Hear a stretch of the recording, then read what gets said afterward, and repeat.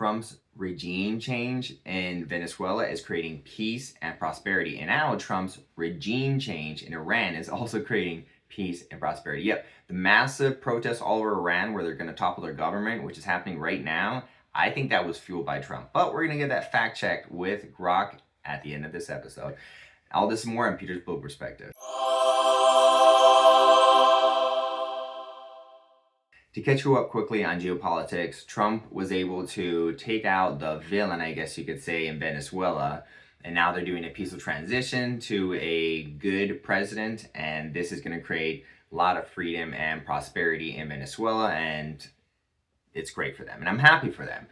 But what was very interesting is as this is happening, there is mass protests in Iran. And I wasn't paying a lot of attention to it, but it turns out the exact same thing is happening over there, but in a different way. You see, in Venezuela, the people didn't have enough, I guess, protests or pressure, or I guess they were just starving to death. So they didn't have the energy to fight and overthrow their government. So Trump came in and took on Maduro for them. But in Iran, they are starving, but they're not like Venezuelans starving. So they did mass protests. There's been over, I think it's like 102 protests across cities and towns all over the country in Iran. And they're protesting the supreme leader for a variety of reasons. And what's very exciting about that is that I think a lot of this was caused by Trump. But for the benefit of Iran, Trump wants Iran to be in turmoil so that they topple their government. And then Trump can, I assume he's going to help transition them to a new government with a good leader, just like he's doing in Venezuela. But we're going to get this all fact checked in a second. But let me describe why I think from the very beginning that this was Trump's plan.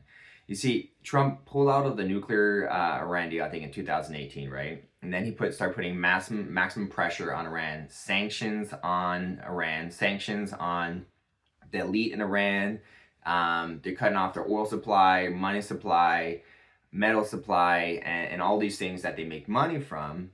And as he shut all that down, what ends up happening is that over time, inflation started occurring in Iran and just kept getting worse and worse. On top of that, he designated the military force in Iran as a terrorist organization and then killed Soleimani as well, who was considered like one of the head military army in Iran. Now, all this maximum pressure on Iran that he put in his first administration, it got tightened even further in his second administration. And the sanctions have been so tight that inflation started going up. Prices started going crazy in Iran. And it hit a boiling point where the rial, which is the currency in Iran, hit a new low late December last year. And so what ended up happening is the vendors, actually the electronic vendors in Iran, they're like, we can't make money. The Iran currency is so low value, we can't make money off our service anymore. So you know what? We're closing our stores. So when the electronic vendors in Iran close the stores, everyone else is like, we're closing our stores too. And that turned into a massive protest of over 100 cities and towns. And it spread like wildfire. And now you have to understand, this is a historic big deal on so many levels. And let me explain why.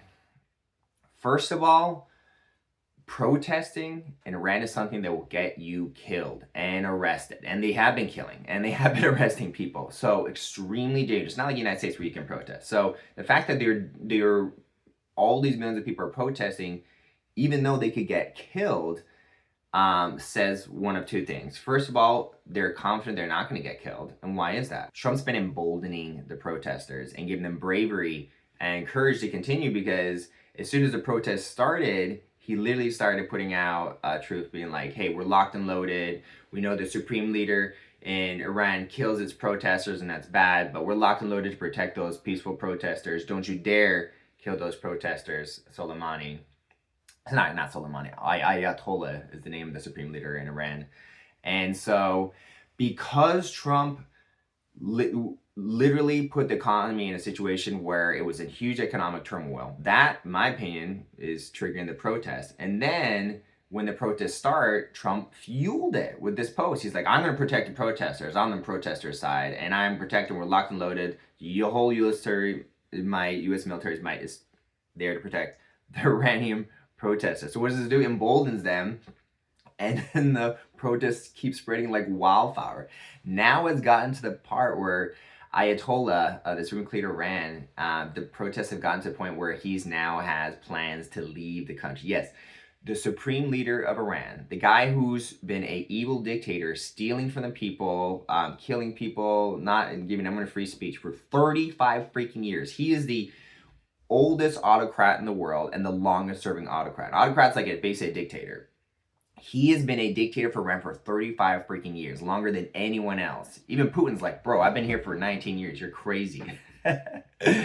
So here's Iran, dictator for 35 years, ruining the country, just like Maduro for like 20 years was ruining the country of Venezuela.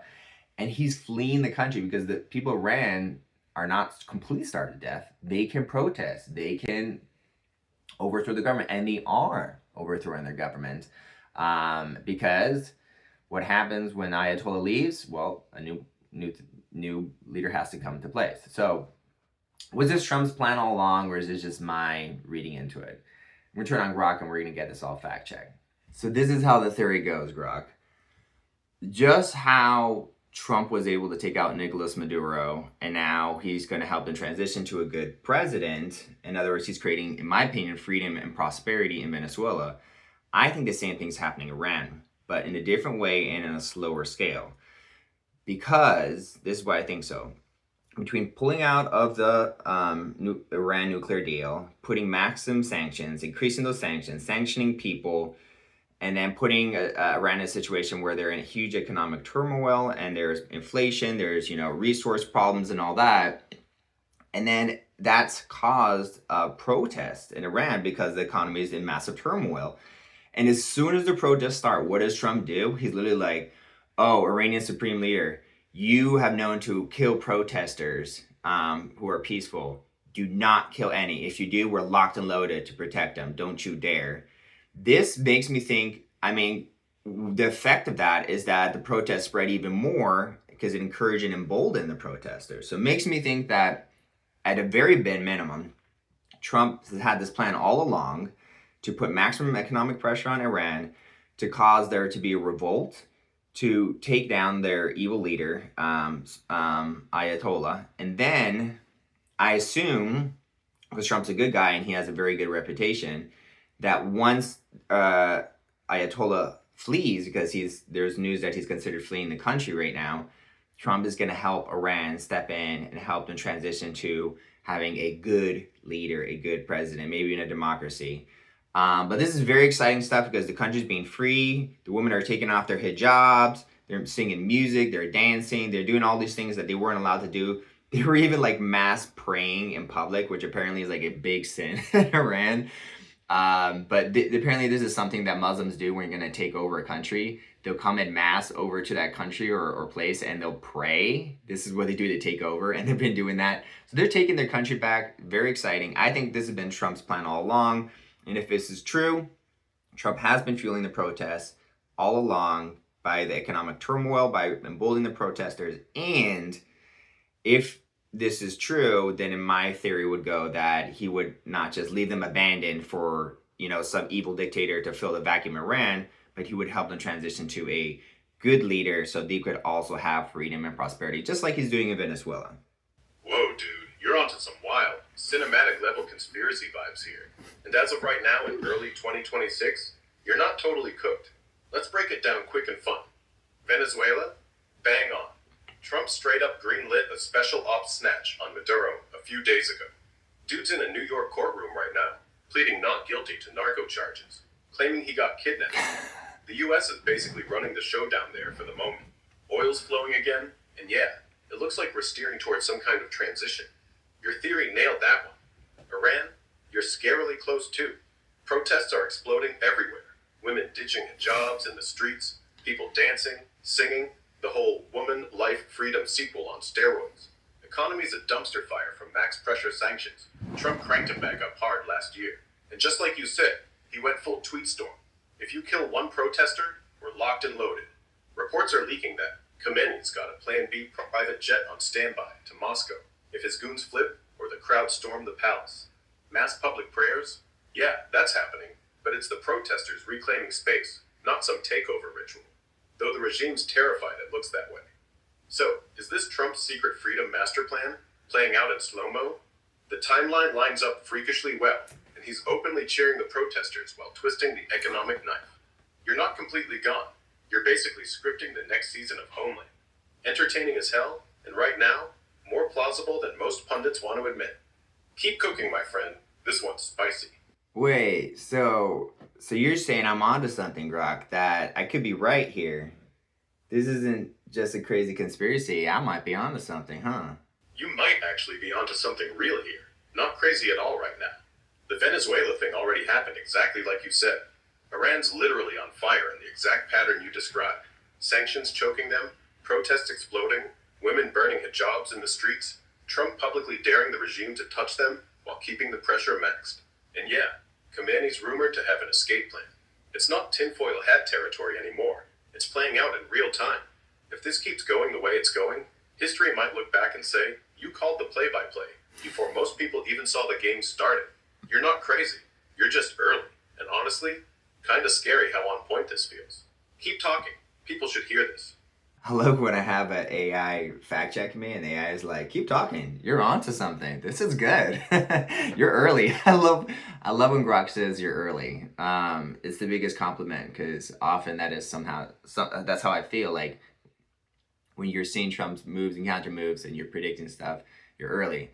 And again, I've not predicted everything correct. When I like 95% of my predictions on when things are gonna happen have been like wrong and stuff like that. But predictions that things are going to happen, like the military is going to come in, and the cities and all that stuff. Like my 9 predictions for this year, two of the 9 have already come true. There's been mass arrests and Trump's creating peace in Venezuela. Well, will be determined, but I think he's creating peace in Venezuela and also in Iran, it seems. So very, very excited for this. I love how Grok couldn't fact check me on my conspiracy theory because it was so close to reality. Let me know if you like this new format. What I did today is I got into the biggest news story, got in all the details that I was passionate about sharing. And then when I got to my take, my analysis, I had Grok there to fact check me. So then there's that balance because in the morning, Grok was interrupting me while I was saying the news.